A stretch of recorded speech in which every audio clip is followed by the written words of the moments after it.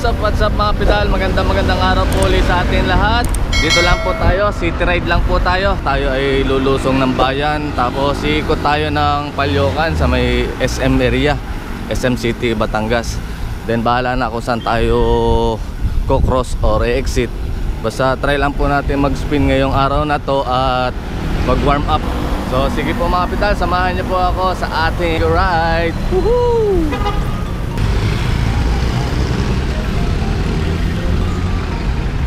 Nandito na tayo ngayon sa may Kapitolyo. Yan, dito po ang ating nasa kaliwa. Ito po yung ating Kapitolyo. Tapos didiretso po tayo dito sa may Lawas area, pababa ng downtown Batangas City. Start na po ng pasukan ng college, elementary, high school. Kaya medyo traffic po sa mga areas na nadaanan natin. So dito po sa lugar na to medyo maluwag na. Then check po natin pagdating ng mismong downtown kung ano po yung traffic situation. Yan po ang ating kaliwa, yan po yung University of Batangas. Papasok na po tayo ng downtown. Yan, traffic na din. Go with the flow na lang tayo. So yan pa, dito na tayo sa P. Burgos Street. Diretsuin lang po natin to hanggang makarating ng Minor Basilica of Immaculate Conception. Then doon tayo kakaliwa papunta ng Palyokan. Ikot tayo ng SM City, Batangas. Chill ride lang tayo ngayon. Sasabay tayo sa traffic. Yan, papasok na po tayo ngayon ng Batangas City downtown. Ito po ang ating nasa kanan. Yan po yung Batangas City Hall. So yan po yung simbahan ng Minor Basilica of Immaculate Conception dito sa Batangas City. Yan, ikot-ikot lang po tayo. Good weather for today.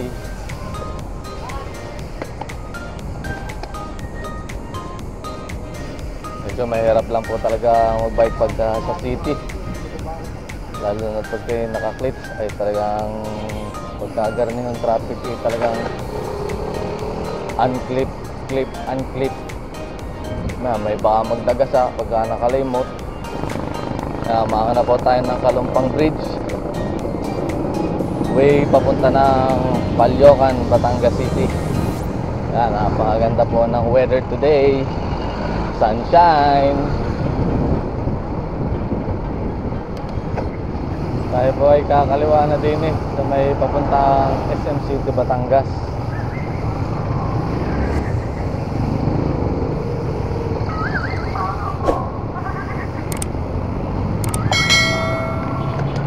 Shortcut.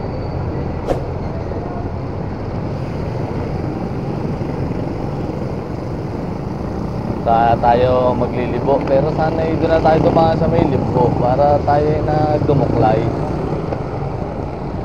Balik tayo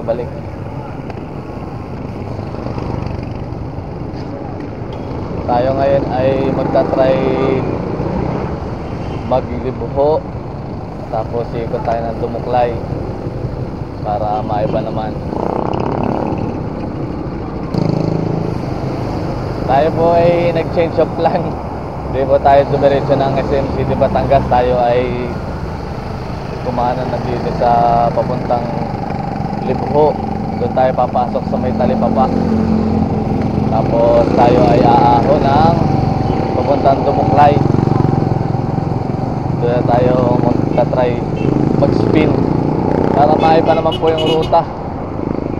Wala po talaga akong maisip. Random po ang ating mga ride ngayon. Kung saan ko na lang po maisipan para lang po tayo ay pawisan at ma-stretch. Yan, medyo maluwag na po ang traffic dito. Normal naman po sa mga bayan or downtown na talagang matraffic, especially ngayon pong pasukan na. Kaya dito na lang tayo medyo pedal na mabilis. Barangay Libho.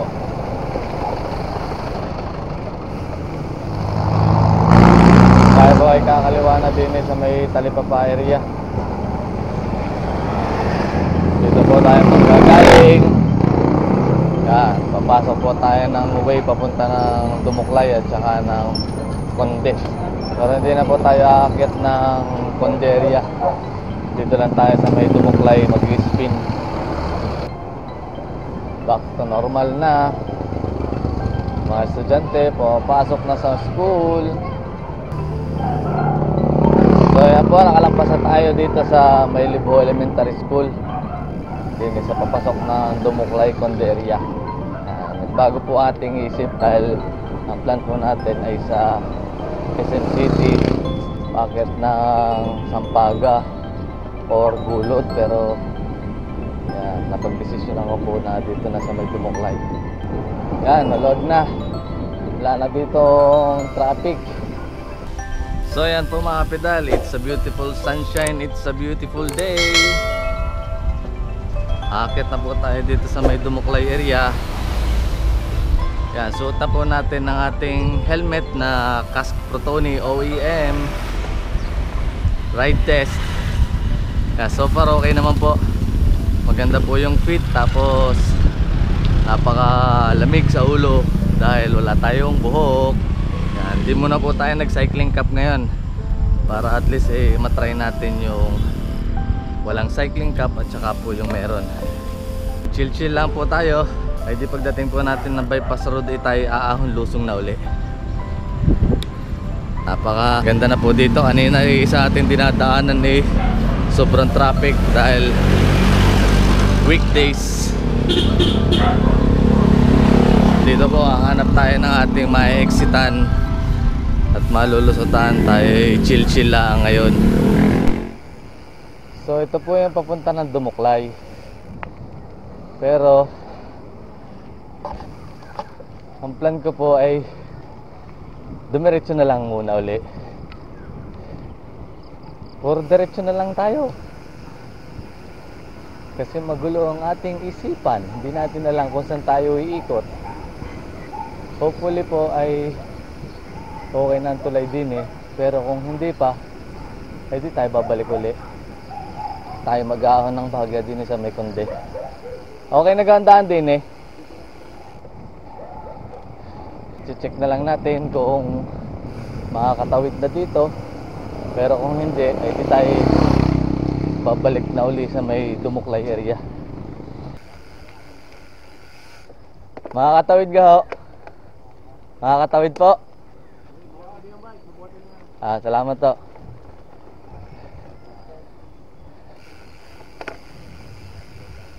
Pwedeng tumawid ang bike. Laki ng butas. Delikado ka siya. Dini daw, dini.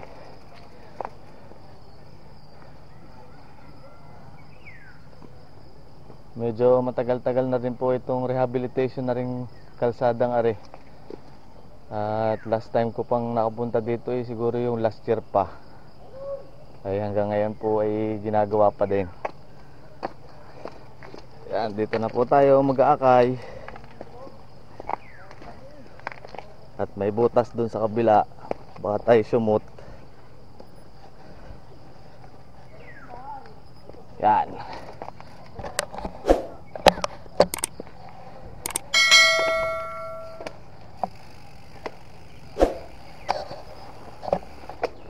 Mahirap talaga po pagka undecided ang ating ride. Wala po tayo mga planong ruta. Wala tayong kainsayo. Pero okay naman po, goods na goods naman po ang ating pakiramdam. Parang hindi naman tayo nakakaramdam ng sakit ng legs. Basta tuloy-tuloy lang. Hindi man tayo makalayo, ay at least dito sa Batangas City area tayo nakakautay ng kaunti.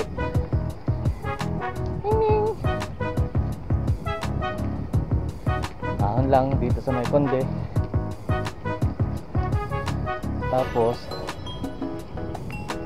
pagdating ng crossing, doon na tayo dadaan.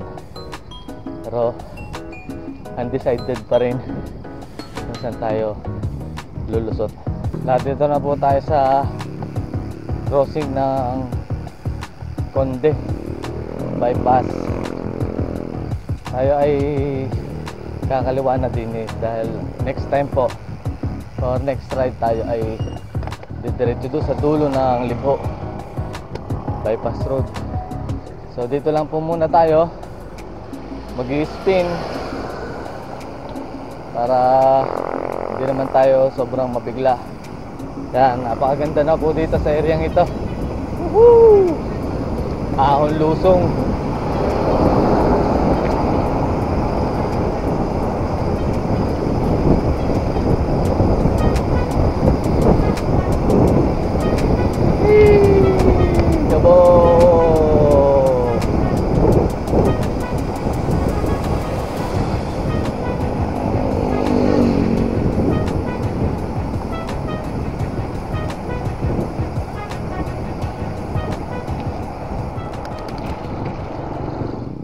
Dito na po tayo ngayon sa Dumuklay Crossing. Tayo po ay umikot-laan dahil supposedly dito tayo dadaan. Pero ang ginawa po natin, dumiretso tayo ng Conde area. Dito po try natin makalusot dahil ito po ay sarado. Pero buhatin na lang natin yung bike. Dito po tayo dadaan ngayon. Papunta naman ng Sampaga area.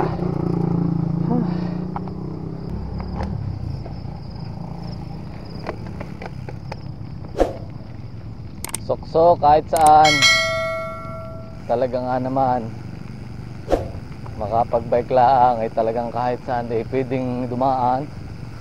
So ang advantage ng naka-bike, kung saan nyo gustong sumuot at lumusot ay di ari. So tuloy-tuloy na po itong ating cross-country ride. Yan, ang city ride na naging adventure ride, kung saan sana tayo napasuksok para tayo ngayong nag-exi race. Lubak pa more.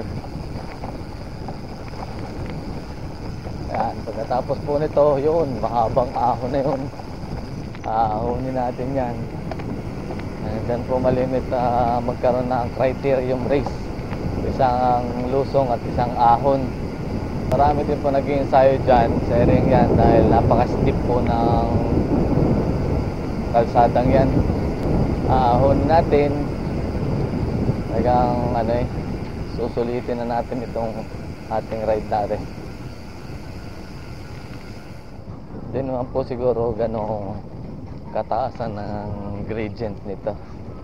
Kung dito po kayo mag-iensayo araw-araw ay kahit sana siguro kayo makarating. Basta mga utay-utay na 2 ikot, 3, 4, hanggang sa masanay na kayo ng masanay dito sa lusong at ahon na ito. Napakaganda po din yung mag-ensayo. Maganit pero kaya naman. May nag-iensayo yata din ng kapedal. Haha. Morning. Ahon pa more. Woohoo!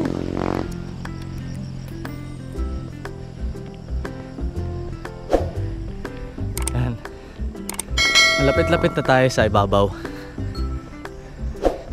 Slowly but surely. Ganda po dito. Malamig. Woohoo! Dito na po tayo ngayon sa Dalig Crossing. And dire-diretso ulit tayo.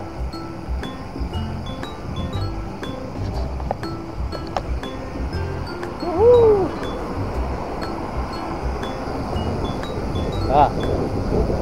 May tatayo na yata din yung something. Hindi natin alam kung ito ay kainan or paradahan. Nalaman na lang natin yan in the near future.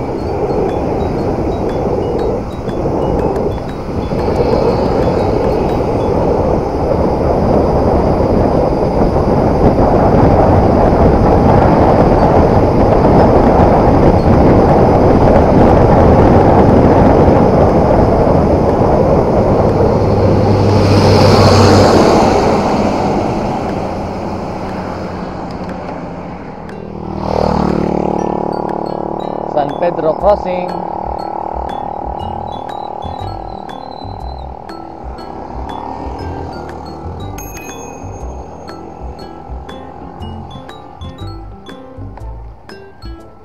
Woohoo!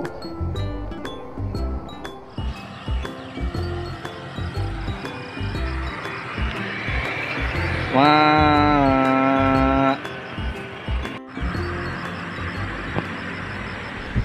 So, nandito na po tayo ngayon sa Maytingga area. Tayo ay pauwi na ng bahay. Tapos, pahinga ng konti. Then, pasok na tayo sa shop. Medyo lumayo-layo din naman yung ating ride ngayong araw na ito. At sobrang init na po. Napakaaga pa pero singkat naman ang init nung nakainit naman. So hopefully po sa weekend makapag-ride po tayo ng may mga kasama para medyo masaya-saya naman po. Minsan nakakalungkot din naman pagka mag-isa. Pero okay lang din naman po dahil sariling pace at hindi nyo naman minamadaliin yung sarili. So that's it for our video for today. Dito na po natatapos yung ating city ride with mix of trail adventure. Test ride na rin po natin dito sa ating OEM cast Protonim helmet. Don't forget to like, share, comment, and subscribe po sa ating YouTube channel. And pakiclick na rin po ng notification bell para lagi po tayong updated sa ating mga bagong videos. Sige po mga pedal, ride safe, and kita-kits na lang po lagi sa daan. Hanggang sa muli! Woohoo!